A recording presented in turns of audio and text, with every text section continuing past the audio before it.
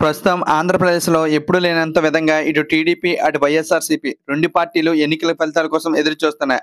అయితే రీసెంట్‌గా exit polls వచ్చాయి. అయితే ఈ ఎగ్జిట్ పోల్స్ కూడా ఏ పార్టీ ఖచ్చితంగా గెలుస్తుందన్న సమాచారాన్ని ఇవ్వలేకపోయాయి. దీంతో ప్రజల్లో మరింత ఉత్కంఠ పెరిగింది. చాలా వరకు ఎగ్జిట్ పోల్స్ చెప్పిన ప్రకారమే జరుగుతుంటాయి. అయితే కొన్ని సందర్భంలో ఎగ్జిట్ పోల్ తప్పిన సందర్భాలు కూడా ఉన్నాయి. వాటి గురించి ఈ వీడియోలో మనం తెలుసుకుందాం. 2004లో వాజ్పేయి గారు అధికారంలో ఉన్న సందర్భంలో ఎన్డీఏ కూటమి మళ్ళీ అధికారంలో వస్తుందని అన్ని మీడియా సంస్థల ఎగ్జిట్ పోల్ అంచనా వేశాయి. అయితే 2004లో ఎన్డీఏ కూటమికి 240 నుంచి 270 సీట్ల వరకు వస్తాయని అన్ని సంస్థలు అంచనా వేశాయి.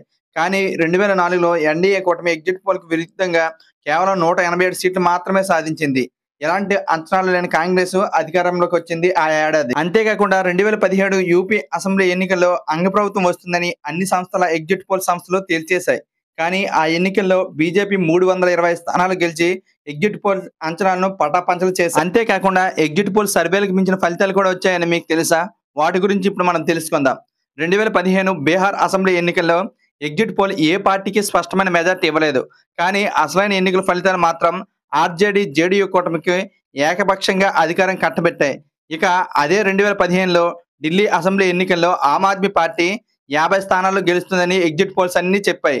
అయితే అసలైన ఎన్నికల్లో ఫలితాలు మాత్రం ఆమ్ ఆద్మీ పార్టీకి మొత్తం 70 స్థానాలకు గాను 67 స్థానాల్లో గెలిచి ఊహ అందని విజయాన్ని సాధించి ఎగ్జిట్ పోల్ ఫలితాలకు కనీస పొంతన లేకుండా చేశాయి. ఇక 2023 నవంబర్లో జరిగిన 5 రాష్ట్రాల అసెంబ్లీ ఎన్నికల్లో ఒక్క తెలంగాణ, రాజస్థాన్ మినహాయించి మధ్యప్రదేశ్, ఛత్తీస్గఢ్, మిజోరంలో ఎగ్జిట్ పోల్ అంచనాలు పూర్తిగా తప్పాయి.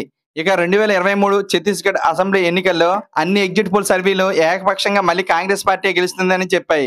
కానీ 2023లో మాత్రం ఛత్తీస్గఢ్లో బీజేపీ అధికారంలోకి వచ్చింది. ఇక మధ్యప్రదేశ్లో కూడా సర్వే సంస్థలు చేసిన సర్వేలలో ఎగ్జిట్ పోల్స్ కొన్ని బీజేపీకి అనుకూలంగా, మరికొన్ని కాంగ్రెస్ పార్టీకి అనుకూలంగా వచ్చాయి. కానీ మధ్యప్రదేశ్లో బీజేపీ పార్టీ అధికారంలోకి వచ్చింది. ఇక తెలుగు రాష్ట్రాల్లో ఎన్నికల సర్వేలు నిర్వహించడంలో పేరు పొందిన రాజకీయ నాయకుడు మాజీ ఎంపీ లగడపాటి రాజగోపాల్ గారు ఉమ్మడి ఆంధ్రప్రదేశ్ ఎన్నికల్లో సర్వేలు నిర్వహించి ఫలితాలు ముందే తేల్చేశారు లగడపాటి రాజగోపాల్ గారు. అయితే ఆయన సర్వే పట్ల తెలుగు మీడియాలో విపరీతమైన క్రేజ్ ఉండేది. 2014లో రాష్ట్రం విడిపోయిన తర్వాత జరిగిన తొలి ఎన్నికల్లో తెలంగాణలో కాంగ్రెస్ పార్టీ అధికారంలోకి వస్తుందని లగడపాటి రాజగోపాల్ సర్వే. కానీ ఆ ఎన్నికల్లో టీఆర్ఎస్ అధికారంలోకి వచ్చింది. ఇక ఆ తర్వాత 2019 ఎన్నికల్లో తెలుగుదేశం పార్టీ తిరిగి అధికారంలోకి రాబోతుందని ప్రెస్ మీట్ పెట్టి పబ్లిక్ ఛాలెంజ్ చేసి చెప్పారు లగడపాటి రాజగోపాల్. కానీ 2019లో వైఎస్ఆర్సీపీ ఎవరు ఊహించిన విధంగా 151 సీట్లు గెలుచుకొని రికార్డు సృష్టించింది. దీంతో లగడపాటి రాజగోపాల్ తీవ్రమైన ట్రోలింగ్ ను ఎదుర్కొన్నారు. అప్పటి నుంచి లగడపాటి రాజగోపాల్ సర్వేలు చేయడం మానేస్తున్నట్టు చెప్పారు. అయితే ఎగ్జిట్ పోల్ ఫలితాలు ప్రతిసారి విరుద్ధంగా వస్తాయని చెప్పలేం. ఎగ్జిట్ పోల్ ఫలితాలు సర్వే సంస్థల సర్వేలు అనుసరించే విధానాల మీద, వారు అభిప్రాయ సేకరణ మీద, ఓటర్ల ప్రవర్తనపై ఆధారపడి ఉంటాయి. చాలా ఎగ్జిట్ పోల్స్ ఖచ్చితమైన సర్వేలు ఇస్తాయి. కానీ కొన్ని సంస్థలు కొన్ని పార్టీలకే అనుకూలంగా ఇస్తున్నాయి. కానీ ఇప్పుడు చాలా సంస్థలు తమ ప్రతిష్టకు భంగం కలగకుండా ఖచ్చితంగా ఇస్తున్నాయి. కాబట్టి ఎగ్జిట్ పోల్ సర్వేలను ఏమాత్రం తక్కువ అంచనా వేయవలసిన అవసరం లేదు. అయితే మరికొన్ని గంటల్లో, అంటే జూన్ 4న మధ్యాహ్నం 12 గంటలకు ఏ పార్టీ గెలుస్తుందో తెలిసిపోతుంది.